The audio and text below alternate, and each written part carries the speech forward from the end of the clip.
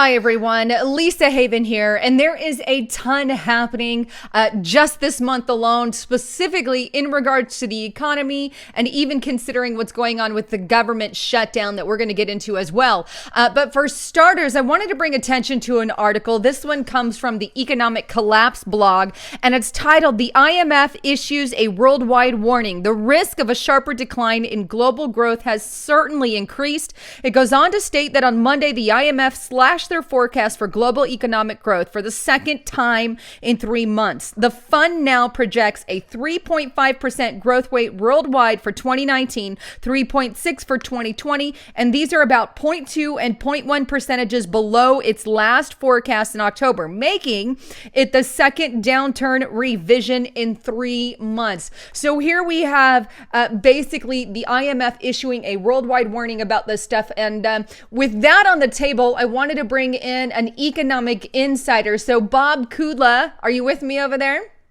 I am, Lisa. How are you? Good. I'm so excited you're here. I know you guys have the classes tradelikeagenius.com, and you offer how to handle things with the stock market, gold, silver, all these kinds of things in your class. So I'm like, he's a great person to bring on about the IMF. So what's going on with that article? What do you forecast? What do you predict? Yeah, so what's happening with the IMF is China just reported their first decrease in GDP growth in forever, and the president Xi Jinping got out there and said, "Hey, be careful about black swans or gray goose or whatever the heck he was talking about." But he was saying that they're expecting some shocks in their economy, and that IMF those growth targets are actually too high. Germany's going into a recession. France just reported this morning, in fact, their manufacturing is down even farther than they thought. Britain's a mess because of Brexit. And then this morning, the United States reports their lowest jobless claim ever. So we have to put this in perspective. The theme here is Trump is winning. He stopped the conveyor belt of America's wealth going to China, then to Germany. And from that is he's bringing the jobs back to the United States, and China is going to probably go into a pretty deep recession here in the next year or two.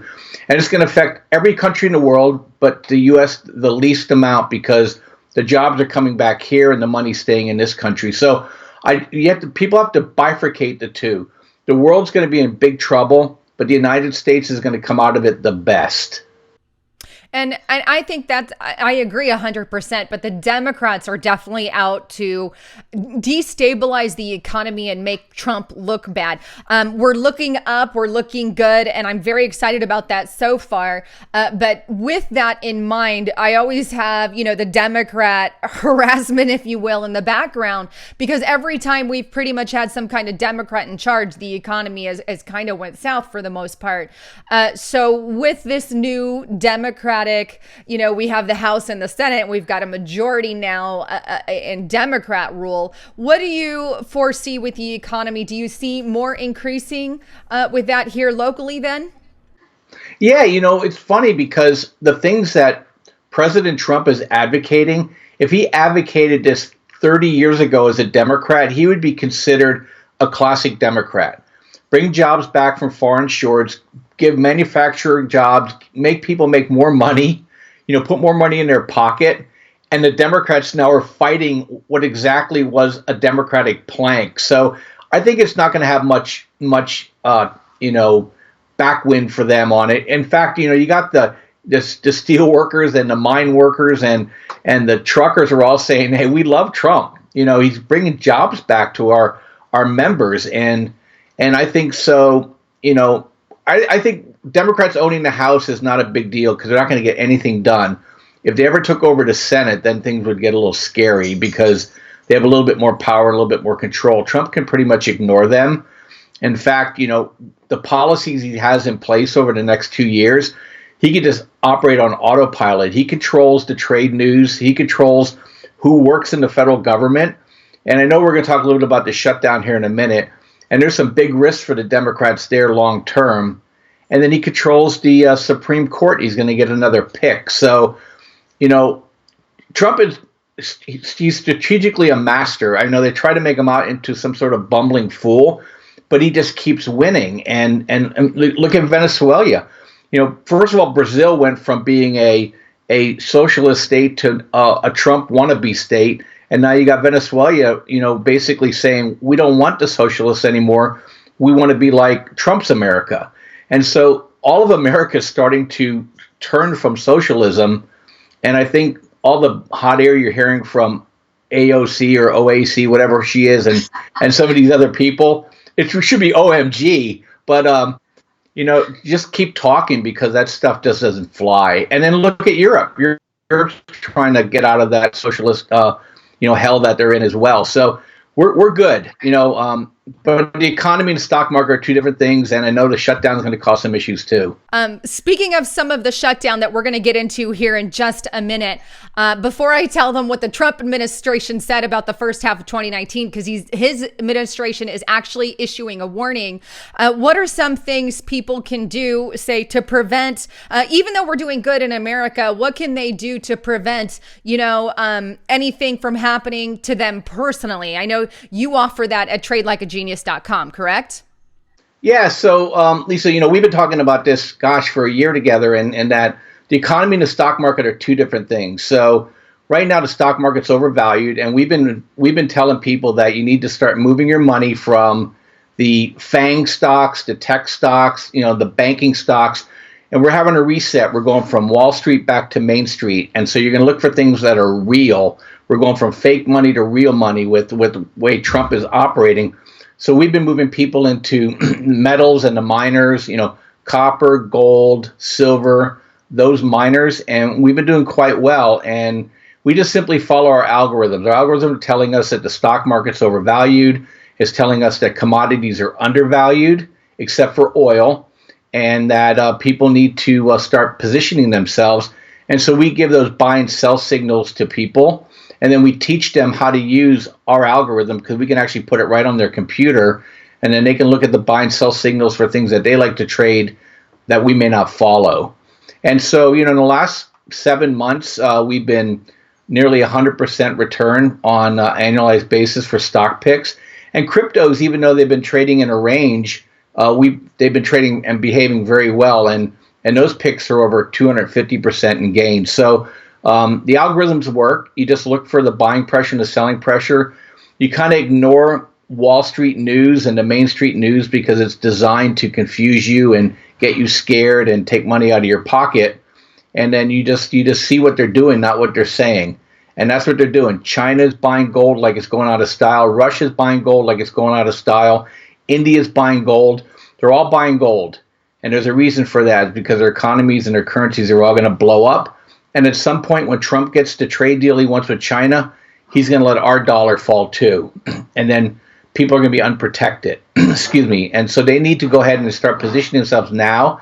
And the big money's moving in now. So be with the big money, and then the big gains will come and follow that. And that's what we've been following at Trade Genius. Absolutely. That's why I encourage people, go to Trade Like a Genius. He's got specials there, but I encourage you guys to check them out to save you from what we could face coming up. Now, speaking of that, I want to go back, because we talked about the IMF issuing a worldwide warning. That was one warning. Now, we also have one coming from the Trump administration. While we see more jobs coming to America, he's also issuing a warning in regards to the government shutdown. Check this article out. This is from the Economic Collapse blog as well, but it's the Trump administration is warning that the U.S. economy may not grow at all during the first quarter, which means just a temporary time of 2019. It goes on to state that a top economic advisor, President Donald Trump, told CNN on Wednesday that the economy may show no growth in the first quarter if the federal government shutdown lasts any longer. White House Council of Economic Advisor Chairman Kevin Hassett said in an interview with CNN's Poppy Harlow that he was not overtly worried about the long-term effects of the shutdown. But after Harlow asked him if the U.S. could wind up with zero GDP this quarter, he conceded that it was possible and said we could, yes. So I wanted to get your intake on that, or your input on that, I mean. But basically Trump saying it's possible for just just this first quarter, we could see zero GDP, but after that, we'll definitely see growth. But obviously, this is a Democratic ploy to attempt to destroy the economy because they're not going along with President Trump on building a wall, something that is pennies to the government right now, even though I'll just mention in the past, the Democrats have supported building a wall. But here we have this battle raging. So the government shutdown could have some effects on the economy for now. What's your thought? Yeah, because, you have 800,000 federal workers that are furloughed or not getting paid at the moment. Some are actually working but not getting paid. And then the contractors that are part of that aren't getting paid. And the programs that are associated with a lot of these employees are not being spent. So what happens is you're going to get basically a push forward. So this quarter will be weaker because less money is being spent. But you got to remember, Congress voted that these people get their back pay once they go back to work. And all the money has been appropriated for that, for the contractors and for the programs. So if Q1 is going to be 0%, Q2 could be 4%.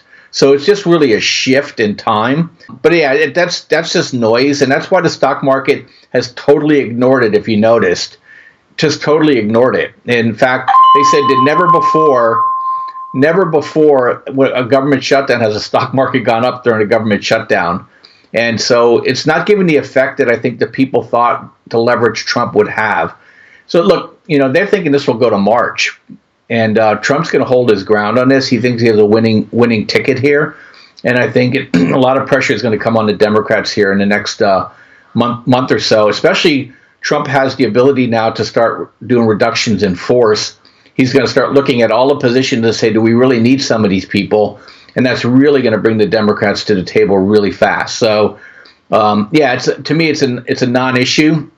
You're going to have the wringing of hands crowd, but last weekend what they did to those poor kids in Covington, Catholic school, I think the mainstream media now is going to be a little bit more reluctant to start screaming because this is the second time they've done this to people. And I think the middle America is starting to say, hey, what's going on here? Are you guys journalists or are you guys advocates? So I wouldn't worry about it too much. Yeah, that's good. And I hope more light is shed on the mainstream media on a daily basis. And but yes, I really hope the Democrats start coming to the table. If not, I'm hoping Trump will issue some kind of national emergency. Just a thought back there. But with that, do you have any concluding thoughts as far as what people can do? Leave all your information, because I bring you on because you really offer some good advice on your academy that trains people how to handle these kinds of situations. So that's why I really love to bring you on. But share all that and what people can do and where they can go to call or contact. Yeah, so for us, we're running a specials for you, Lisa, till the 26th of January. I keep wanting to say June, I guess because I'm so cold. I want it to be summer already.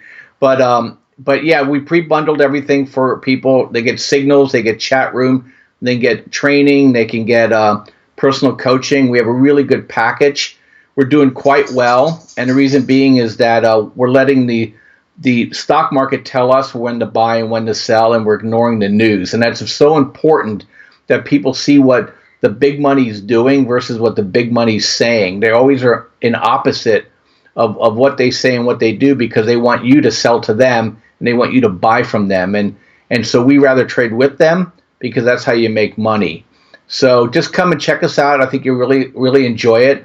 And I wouldn't worry about 2019 from the economy standpoint. Stock market, on the other hand, is that we hit our highs, and money's going to start moving, like I said, from the financial assets into the commodities. So keep watching for that, and that's where we're helping people make good decisions and moving money in that direction. And I think you'll be very happy once you start seeing all these governments around the world printing to stay in power, and it's going to lift the commodities up. And if you're in them, you're going to make money right alongside them.